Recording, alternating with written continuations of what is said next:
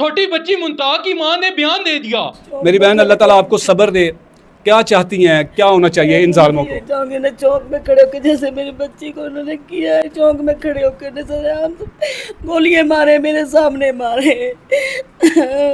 जैसे मैं तड़प रही हूँ वैसे उनकी माए बहनें भी तड़पे, उन्हें पता चले। मुंतहा जब अपने घर से गई थी तो क्या लेने के लिए गई थी? उसे पैसे लेके कहती है मैं चीज लेके आने, मामा मुझे पैसे दो। मैंने उसे पैसे दिए। 10 मिनट ऊपर हो गया, मैंने शोर मचाना शुरू कर दिया। मुंतहा नहीं आई। मैंने उसकी बड़ी बहन को बोला, मैंने कहा जाओ जाके देखो। कहती मामा आगे भी तो जाती है। मैंने कहा आगे इतनी लेट नहीं होती, यूं जाती है, यूं बाहर आ जाती है। वो देखने गई है, एक दुकान पे गई है, एक साइड पे दुकान है, दोनों पे देख गई है, कोई नहीं। मैंने उसी वक्त सबकी तरफ शोर डाल दिया। उनकी दादी, हमारा चाचू, पापा सब आ गए, सबने देखा। मगर उन्होंने उनकी दुकान पे भी गए।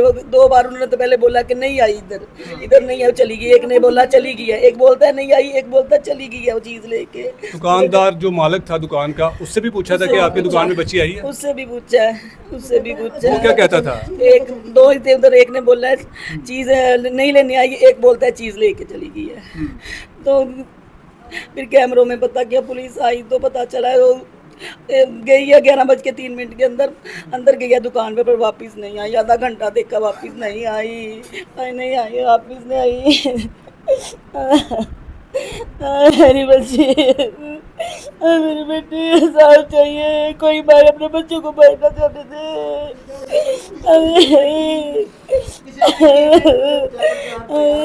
मेरी बहन, हिम्मत करें, हौसला करें। ये आपकी आवाज़ ना हम पहुंचाना चाहते हैं उन लोगों तक जो आपको इंसाफ दे सके।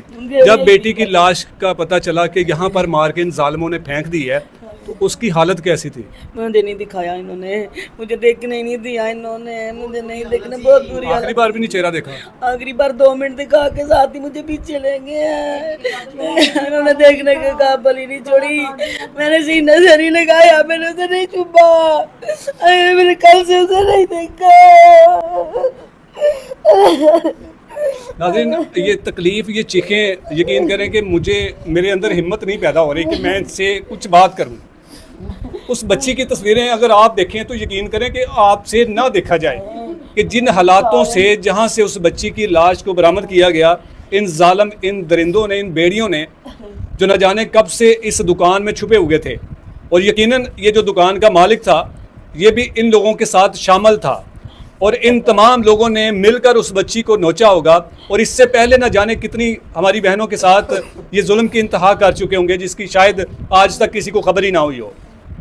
आखिरी दीदार ये माँ अपनी बेटी का नहीं कर सकी, जो चंद रुपए लेकर यहाँ से साथ वाली दुकान में जाती है और हमेशा के लिए चली जाती है। हमें वहाँ पर जिन्होंने उस बच्ची की लाश को बरामद किया, उनके मुताबिक कि उस बच्ची की गर्दन काटी हुई थी। न जाने जिस्म पर कौन कौन से हिस्सों पर उन्होंने किस कदर तशद्दुद किया होगा, वो बच्ची चीखी चलाई होगी। लेकिन हमारा मुतालबा है, हम वज़ीर आला पंजाब मरियम नवाज़ साहिबा से ये गुजारिश करते हैं कि आप तो कहती थी कि ख़वातीन मेरी रेड लाइन है, आखिरकार वो रेड लाइन कब आप समझेंगी कि कब तक और कितनी बच्चियों को जब इस तरह दरिंदगी के बाद कत्ल कर दिया जाएगा, तो फिर आप लोगों को होश आएगा कि आखिर इस जुल्म करने वाले इन जालिमों को कौन सी सज़ा देनी होगी।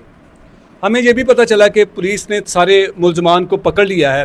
अब अगर पकड़ लिया तो उनको सज़ा क्या मिलनी चाहिए? चौक में जिधर मेरी बच्ची को उनकी दुकान के आगे लाके गोलियां मारे मेरे सामने, मुझे और कुछ नहीं चाहिए। उन सबको मारे जो सब थे उधर, जिन्होंने तो कुछ नहीं बताया हमें। बार बार पूछने पे जाते थे, नहीं बताया उन्होंने हमें।